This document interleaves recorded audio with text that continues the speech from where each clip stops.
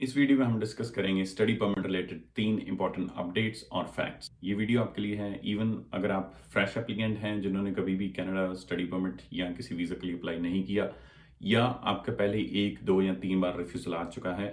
इस वीडियो से दोनों टाइप के एप्लीकेंट्स को फायदा होगा। इस वीडियो में हम कवर करेंगे 3 इंपॉर्टेंट पॉइंट्स। पहला है review of documents before submission. Second है वैल्यू ऑफ केप्स नोट्स और GCMS notes. Third one is value of submitting a fresh SOP या अगर आप सेम एसओपी सबमिट करते हैं उसका क्या नुकसान होता है आपकी वीजा डिसीजन में। मेरा नाम है मनप्रीत, मैं एक आरसीआईसी हूँ, registered with CICC also known as ICCRC, based out of Canada. अगर आप हमारे चैनल पर पहली बार आए हैं देन डू सब्सक्राइब। पहला पॉइंट जो है वो है review of your documents submission से पहले। अगर आप किसी एजेंट या कंसल्टेंट के थ्रू काम करवा रहे हैं या आप खुद कर रहे हैं तो आप प्लीज़ इन बातों का ध्यान रखें कि आपके जो डॉक्यूमेंट्स हैं वो क्लियरली स्कैन्ड हैं और आप जो डॉक्यूमेंट्स अटैच कर रहे हैं वो सही वाले हैं। रिसेंटली हमारे सामने केस आया है, बहुत अच्छे एप्लीकेंट थे, बहुत टैलेंटेड थे, लेकिन उनका 2 बार रिफ्यूज़ल आ गया। उन्होंने एक वेरी वेल नोन कंसल्टेंट के ऑफिस से अपनी फाइल को सबमिट करवाया था, 2 बार लगाया, दोनों बार क्या गलती थी उनकी जीएसी जो थी वो $10,000 नहीं थी, वो थी 9985। 2 बार उनका जो रिफ्यूज़ल आया वो इस वजह से आया क्योंकि उनकी जो जीएसी की वैल्यू थी वो बिलो या आप कह सकते हैं लेस देन 10,000 थी। पहला रिफ्यूज़ल में उनके नोट्स में क्लियरली लिखा हुआ है कि वो नॉन एसडीएस में आते हैं और उनको फाइनेंशियल रीजंस की वजह से रिफ्यूज़ किया गया है। सेकंड बार again GAC plus study plan, क्योंकि जो पहले स्टडी प्लान सबमिट हुआ था पहली बार, सेकेंड टाइम भी वही सबमिट हुआ। इसमें क्या हुआ कि जो भी कंसल्टेंट थे उन्होंने आगे कोई स्टाफ रखा होता है या whatever, we don't know, but इतनी बड़ी ग्रेव मिस्टेक ये होनी नहीं चाहिए। दोनों बार सेम जीएसी अपलोड की गई है, इसलिए हम कहते हैं कि अगर आप एजेंट या कंसल्टेंट या लॉयर किसी के भी थ्रू कर रहे हैं, आप भी खुद अटेंशन दें और अपने डॉक्यूमेंट्स को रिव्यू करें, क्योंकि इन दिस सिनेरियो उन्होंने पैसे भी पे कर दिए, फंड्स भेज भी दिए जीआईसी के लिए, लेकिन फिर again it didn't cover the minimum threshold of $10,000। तो आप इन बातों का जरूर ध्यान रखिए। सेकंड केसेस जो हमें बहुत कॉमनली देखने में मिल रहा है अभी भी, या पिछले 4 साल से देख रहे हैं, आपको एजेंट बोल देते हैं, जैसे अभी रिसेंटली हमने कितनी कंसल्टेशंस की हैं स्पेशली नॉर्थ इंडिया में, एजेंट्स बोल देते हैं हमें पता ही है आपका रिफ्यूजल क्यों आया होगा, जनरल रीजंस होंगे और हम आपका दोबारा अप्लाई कर दें, आपको जीसीएमएस नोट्स या केप्स नोट्स की वेट करने की जरूरत नहीं है।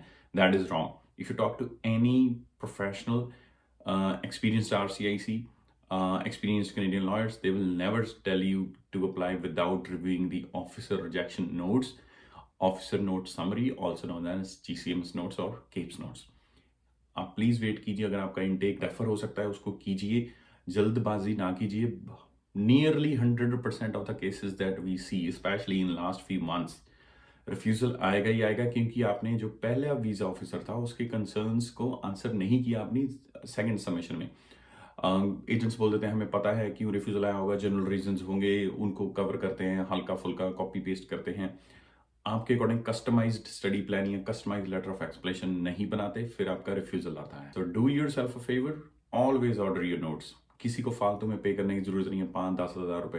हमारी साइट पे जाएं and in just ₹500 you can order that, and that too you can be sure that you are ordering from licensed professionals, unlike so many others जहां पे आपको पता ही नहीं है कि आपके नोट्स कौन प्रोसेस कर रहा है और वो कौन है, कहाँ की वेबसाइट है। थर्ड इंपॉर्टेंट पॉइंट जो इस वीडियो में हम डिस्कस कर रहे हैं वो है कि सबमिटिंग द सेम एसओपी।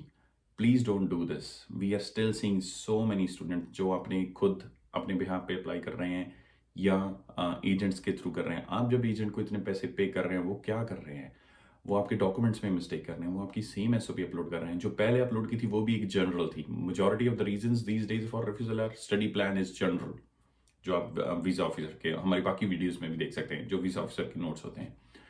तो don't do this, create a new SOP always. अगर आप सेकंड सबमिशन के लिए जा रहे हैं या गॉड फॉरबिड आपको थर्ड सबमिशन के लिए भी जाना पड़ रहा है, तो भी उसको कस्टमाइज कीजिए, नोट्स ऑर्डर कीजिए, उनको रिव्यू कीजिए, फिर उसको बनाइए। What visa officer needs is they need explanation from you, they need arguments from you that why you deserve this visa in this particular category, what ever category में आप जा रहे हैं, क्योंकि इट्स अ प्रिविलेज।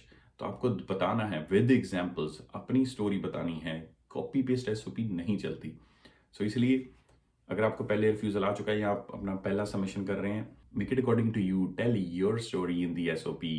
अगर refusal आ गया तो सेकंड टाइम उसको लेटर ऑफ एक्सप्लेनेशन बनाइए, उसमें पैरा बाय पैरा आंसर कीजिए कि आपने क्यों क्यों पहले जो वीज़ा ऑफिसर थे उन्होंने सोचा कि आपको 2 या 3 जो भी रीज़न्स आए हैं, उनकी वजह से रिफ्यूज़ल आया है, why you don't deserve visa according to them, and then put your own arguments in place कि आपको वीज़ा क्यों मिलना चाहिए। कोशिश करते हैं हमारी ये वीडियो से आपको कोई फ़ायदा होगा। आप इन तीनों चीज़ों का ध्यान रखेंगे अगर आप अपनी फ्रेश एप्लीकेशन लगा रहे हैं या अगर आप ऑलरेडी रिफ्यूज़्ड हैं।